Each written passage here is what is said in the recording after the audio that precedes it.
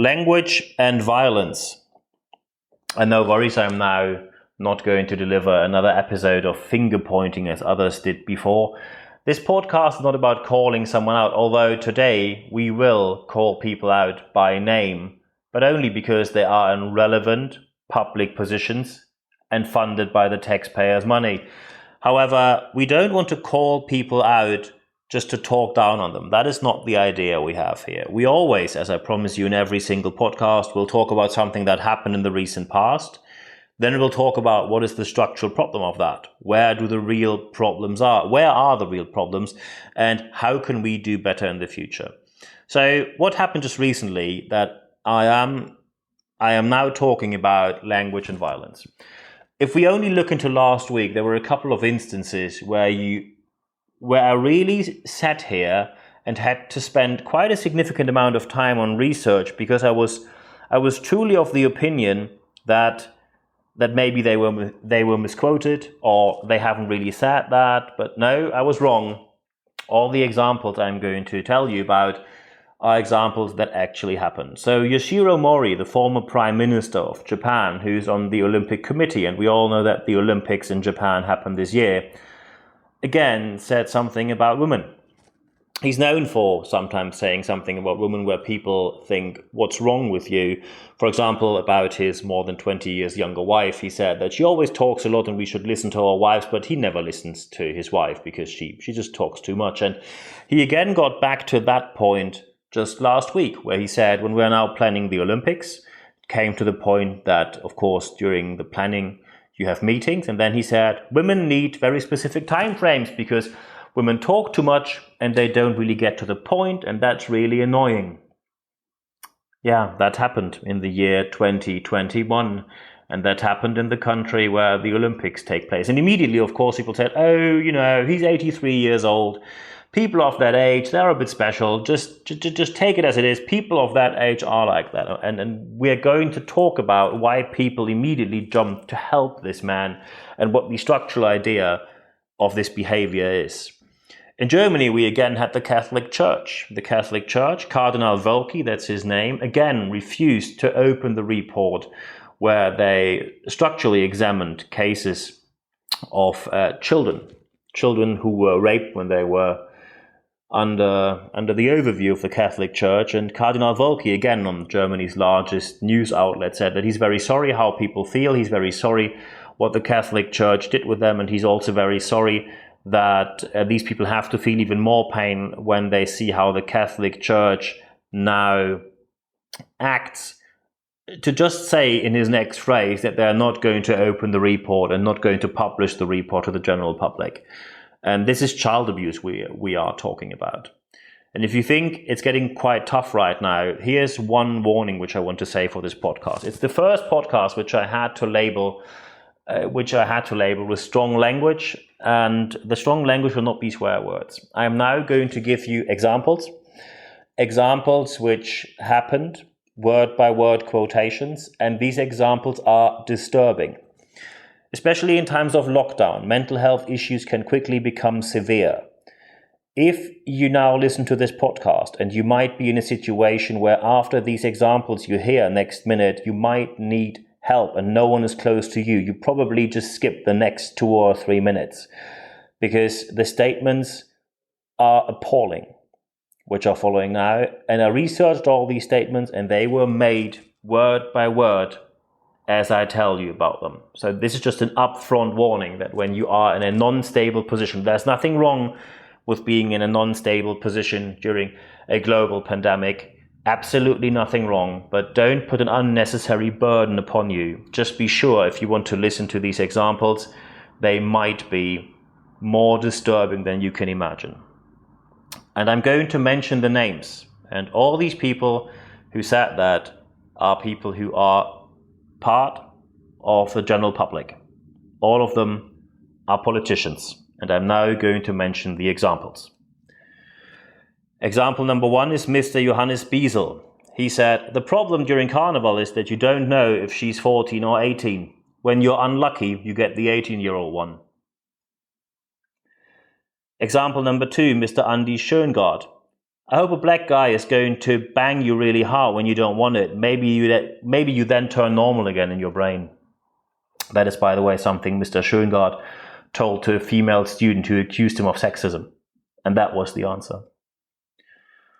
This is now example number 3, statement by Mr. Heiner Merz.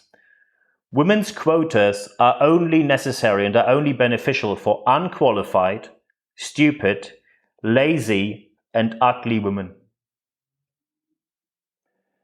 Example number 4, Mr. Peter Bustron. Certain women should prefer to dance at the pole than to do politics. Example number 5. Rape does not happen without sexual stimulus. We are not always in control of our instincts. That statement came from Mr. Dubravko Mandic, and he didn't say that in a small round or after he had a couple of beer, which, by the way, would not be an excuse at all. He said that during a law trial where he was the lawyer of the defendant, and it was about a rape of a 15-year-old girl. And he said that the victim, actually, that it's her own fault, because she offensively danced with the later offender, the man who raped her, and due to that, the man raped her afterwards. So it's her fault, according to Mr. Dubravko Mandic. The next example is from Mr. Andreas Wild. Every woman can do what she wants, but on average, they must get 2 children. That's easier when you don't have a full-time job. Next example by Mr. Gerhard Welter. I'm okay with everything. They should do what they want. My rights are not limited by that. Well, some women need someone who speaks for them because certain people with menstruation background need that, and I can understand that. 3 more examples coming. One of them, Mr. Achim Nieder, who said, World Women's Day is a great idea. We could go to a brothel to celebrate that. Second last example by Mr. Johannes Norman. A land that allows access to anyone is as much respected as a woman who allows access to anyone. And the last example is a statement by Mr. Björn Höcke, who said, we have to find back our masculinity, because only when we find our masculinity back, we are real men. And only when we are real men, we are able to defend ourselves, and we must be able to defend ourselves, my dear friends. By the way, when you now think that sounds like someone who's actually a Nazi, there was a court case when someone called him a Nazi and a fascist, and he wanted, because that is strictly illegal in Germany, unless you can really prove that someone is a Nazi and a fascist, and Mr. Höcke lost the court case. It's legal to call him a fascist and a Nazi. There were certain other examples of more or less larger or smaller publishers, which I don't want to talk about today because that would become too long. I am very sorry that you had to hear this. All of these examples were white, straight, male, cisgender men, all of them members of the AfD, the Alternative for Deutschland, the equivalent to, for example, UKIP in the UK or the Boston Tea Party in the United States of America, a far right-winged political party. And you see what they think about women. But of course, when you now think, well, these are all political examples, I work in free enterprise, this is not about politics. Well, if you only look what other people think, how they can make statements, then we only have to look at the FC Bayern Munich, an internationally known football club, one of the most, for our American listeners, I talk about soccer, so not American football. So internationally known soccer club, and they wanted to fly from Berlin to Dubai because there was the club world championship. So aspect number 1, even when you don't watch football, you might have heard of World Cup. You will realize that when there is World Cup, because the whole world looks at World Cup football, soccer, for our American listeners. The Club World Championship became so irrelevant that hardly anyone outside real hardcore fans knows that it exists. So the FC Bayern Munich already got a permit that the game against Berlin, which they had to play before they flew to Dubai or wanted to fly to Dubai, that the game was started half an hour earlier so they can catch the plane they wanted to take off at 11. And the plane was ready to leave at 11:59. But there's a formal process which is called the right to start. And the right to start is given by the oversight of air traffic controllers in Germany, not by FC Bayern Munich. And that came in 3 minutes past midnight. And that is simply 3 minutes too late. And these rules are very strict for a reason, because when you stretch them by 3 minutes now, it will be 5 minutes next time, it will be 15 minutes within a month, it will be an hour within a week, and it will be a full day. And then we have no times where planes are not allowed to start or land. I wouldn't have a problem with that, but many people who, for example, have smaller children and live in the area might have significant challenges from that, might receive significant disadvantages. And what happened here is that the CEO and the manager of the FC Bayern Munich, Karl-Heinz Rummenigge and Uli Hoeneß, thought that this is a major case of fraud and they were cheating on them and it's completely unacceptable. And just to let you know, these statements, and that went to national and international press, these statements were made during the time where Dubai is a global COVID-19 hotspot, and we're talking about a privately run football tournament in times of a global pandemic. So obviously these managers and CEOs like to put themselves in the spotlight, and they are of course obsessed with their personal self-portrayal, and they are quite frankly not of a sane mind when it comes to really reflecting on who they are in the world system. So violence through language happens in many different ways. One aspect we see, except of course for very few examples, 99% of all the unacceptable statements are made by middle-aged or older, white, male, cisgender, often married men, sometimes even with children. So you could think, what kind of example do they give to their children? But when you see how their children act about 20 years later, you see what kind of examples they gave and what the consequences of that are. But of course, we don't want to complain in this podcast and then say, have a good day, it was nice to vent. That is not the idea of this podcast. How can we do better? But first, before we look at how we can do better, we have to look at the problem. Aspect number one of the problem is when you don't have a division of power. So when you don't have any kind of power in different places, when you have everything just in one place, then the main problem will, when you don't have any separation of powers, no division of powers, or the division of powers is so weak that it's pretty much ineffective, then injustice will happen. I'll just give you an example. During an association's meeting, someone makes a sexist remark, a massively sexist remark against women. As usual, it normally happens against women or minorities. Then, of course, this is escalated to an ethics committee because the unacceptable statement was made by a board member, sexist remark by a board member. The ethics committee, all of them good and long-standing friends of the board members, decides against all expectations already that the statement was unacceptable. They said there must be a follow-up, but then these association rules said that the ethics committee can only give a recommendation. And the recommendation was to exclude that member from the board and expel that person from the association because the statement was so severe. And the board decided to give him a verbal warning, which is the lowest possible intervention they could do. So while the ethics committee recommended the strongest possible intervention, they changed it to the smallest and weakest intervention they have. And surprisingly, they are all best friends on the board and with the ethics committee. And these networks, by the way, are not networks. This is just cronyism. It's nepotism. And that's the second part of the problem. When your whole network is not based on quality and skill, but based on nepotism and cronyism, then you will fall. The question is not if. The question is only when. Because you will make mistakes, and these mistakes will become more obvious every single time they happen. The unfortunate moment of these situations is that the acceptance of misbehavior suddenly becomes the norm. So someone makes a sexist remark and gets away with it, with a verbal warning. Anyone else now knows, okay, so when I make really inappropriate remarks, 9 out of 10, no one will dare to speak up. So every 10th case, I get a verbal warning, which people will have forgotten within 5 minutes.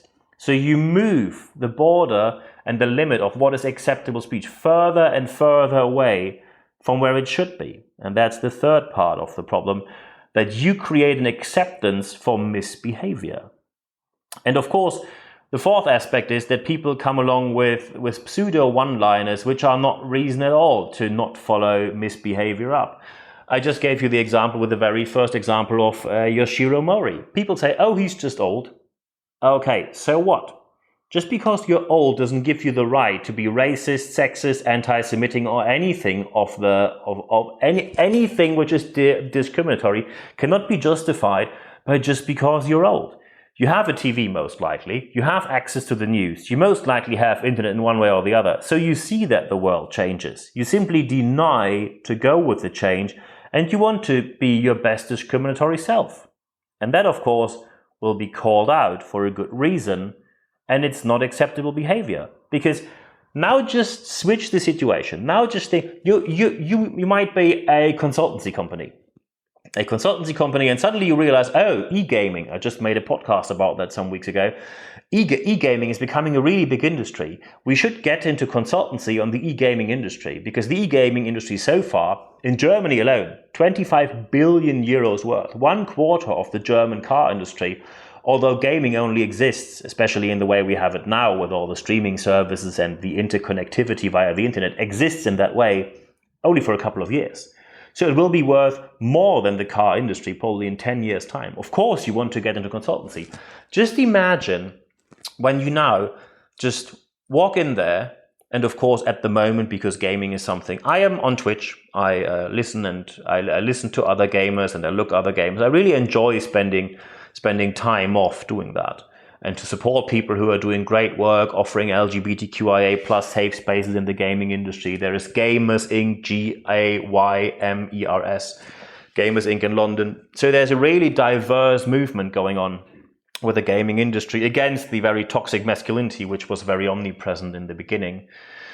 And now you walk in and you want to get a share of the money with your consultancy work. You want to do consultancy for the e-gaming industry. So you are one of the big consultancy companies and you walk in there and say, here we are, we offer great concepts. And they say, oh, sorry, we're all young people. We don't want these old farts around here. Just get out, mate. Of course you would be offended and say, you can't discriminate us based on our age. Well, you did exactly the same for the last decades, or probably centuries. So you see that simply saying, oh, someone is old or from a different generation can by no means be a reason to justify discriminatory behavior. And by the way, if you keep putting out these lines, you become complicit. And as you know, silence is violence, so not doing anything is never an option. And passivity is complicity. Just that you know where you are, because people will consider you and perceive you as complicit if you don't speak up. Of course, we want to see how can we do better, because we don't only want to complain, we want to see how can we do better in our organization. And aspect number one of how you can do better is that you make a very clear statement about diversity and values. And then here's the important part, because these statements are already on every single poster in all your buildings. By the way, these posters, no one actually reads them because they've seen hundreds of them, and you need a very different approach to transport something than just hanging a poster on the wall. So you make a very clear value statement, which people then have to see happening. So for example, when you now say, oh, we are a very conservative industry, we need some time to change, great. You will of course say that you have a great HR department, you have great people development, you have all the best people, amazing, because then within the next 2 to 5 years, we will see diversity all over the place. And if you don't show the diversity, you just made a very clear statement that you, for years and years, openly discriminated. So you cannot make a statement about diversity and values and then not follow it up. The reason why in Germany, leading politicians, the Conservative Party, by the way, this is not brought up by the Labour Party or the left wing, but this is brought up by the Conservative Party.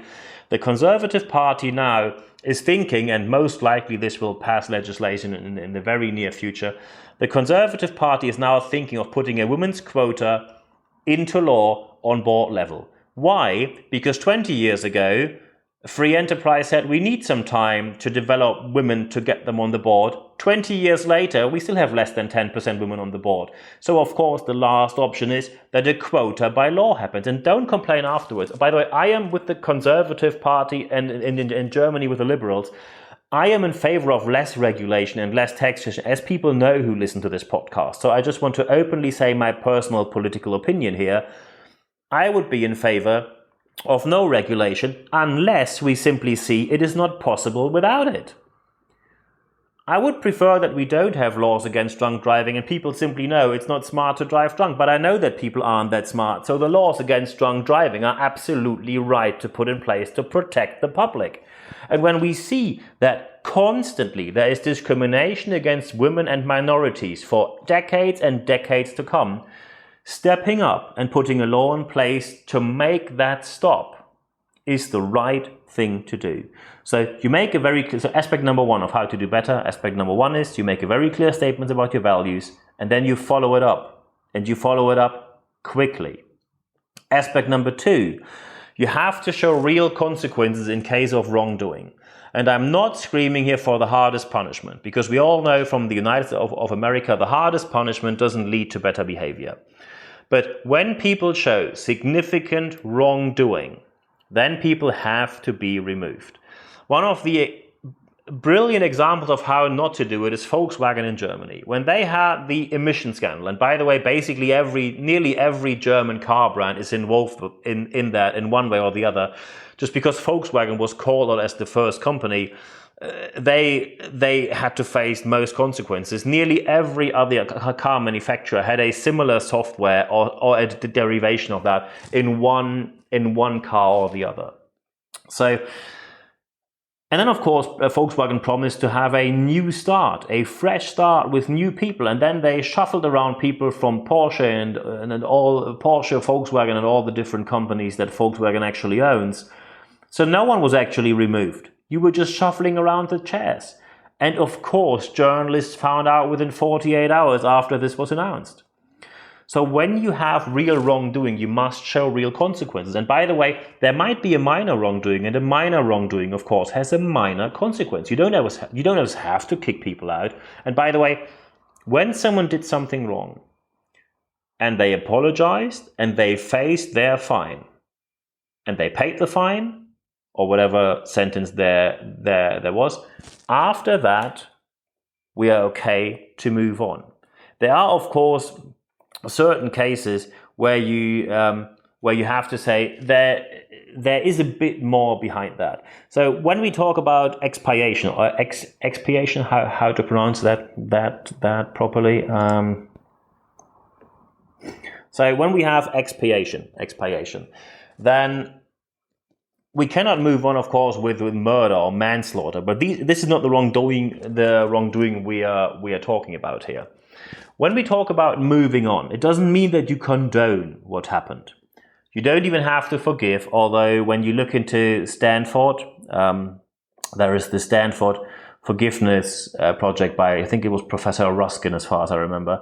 When you look into the Stanford Forgiveness Project, it is tremendously important for your own mental health that you find one way or the other to forgive. And I think one of the quotations from Professor Ruskin was, to forgive does not mean to condone. So it's something different to forgive a wrongdoing in differentiation to condoning it.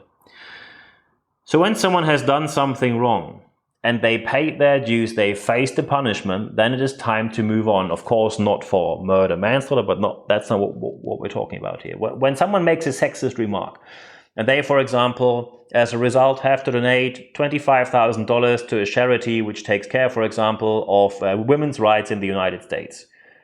And the person agrees on that and wholeheartedly, publicly apologizes and accepts that they have done something wrong. And I mean a real apology, not one of these half-hearted apologies where they say, I'm sorry if someone felt offended. No. It's not about someone felt. You offended people and you said something which was highly discriminatory. So an honest opinion and an honest apology. Sorry, not opinion. An honest apology. When people have done that, we are ready to move on. What you cannot do is you cannot balance out that people have done something so great for the last years, and then they sort of have the right to do something wrong. Just because someone is on the board of a charity for 20 years doesn't give them the right for wrongdoing.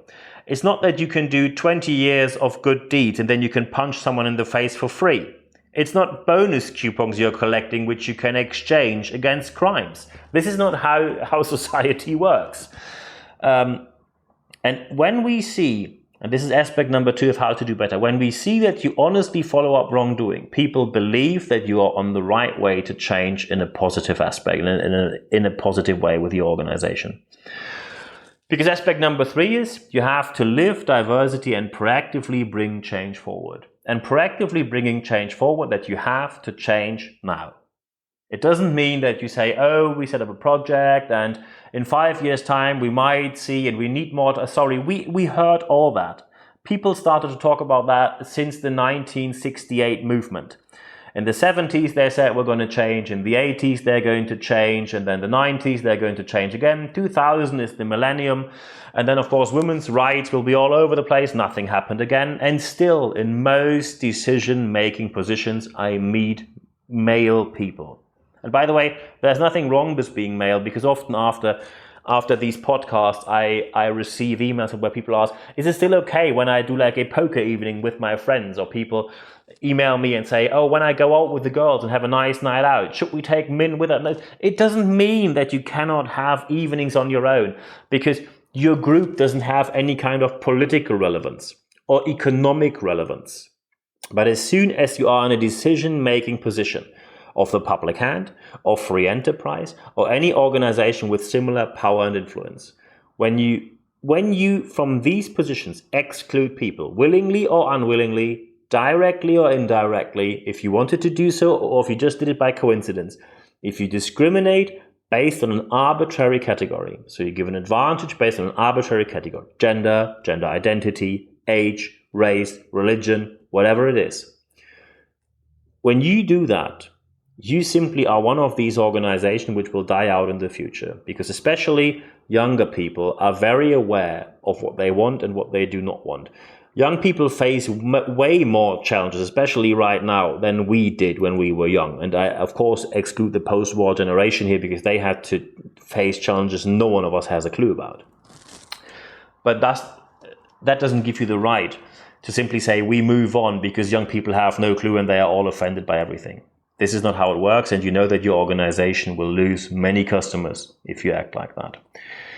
So, taken together, 3 aspects. How to do better. Aspect number 1, very clear statement towards what are your values, and then follow them up. Show that you live your values. Not another all talk, no trouser statement. A statement which you truly follow up. The best thing is you make a statement and immediately show the first consequences from your statement. Aspect number 2, you follow up wrongdoing, and you properly follow it up and you show consequences. There is no bonus system. It is not a reason. When someone did something well for 20 years, that does not give them reason to be discriminatory or use language as a means of violence towards others. And aspect number 3, live the diversity and bring forward the positive change in any way possible. Because that's what your customer wants to see, that's what your clients want to see, and that's what the people in your organization want to see, because otherwise you're going to lose the good people. The bad people will stay because they want to have the salary, and then you will lose the benefits the good people brought to your organization. I know this is a very complex topic, so I am very happy to get into a discussion with you. Just email me. You find my email address in the show notes of this podcast. And now I wish you all the best implementing this in your organization. And for this week, thank you very much for your time.